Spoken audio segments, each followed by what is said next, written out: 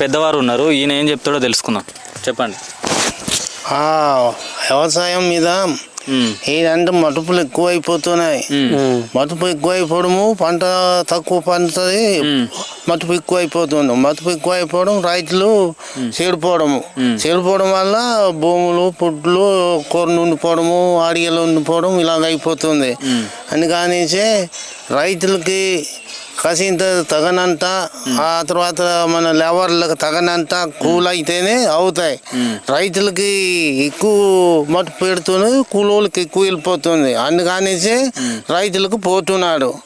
మరి తగనంత కూలు తీసుకోతే మన ప్రజలకి బాగుంటుంది. కానీ మరి ప్రజలకి ఎక్కువ తీసుకుంటే రైతులకి తక్కువ ఇదైతే పెట్టుబడి ఎక్కువ అయిపోతుంది, పంటలు తక్కువ పండుతుంది. అందుకనేసి రైతులకి చాలా దెబ్బ. ధరలు కూడా తక్కువే వస్తాయి. ధరలు కూడా తక్కువ.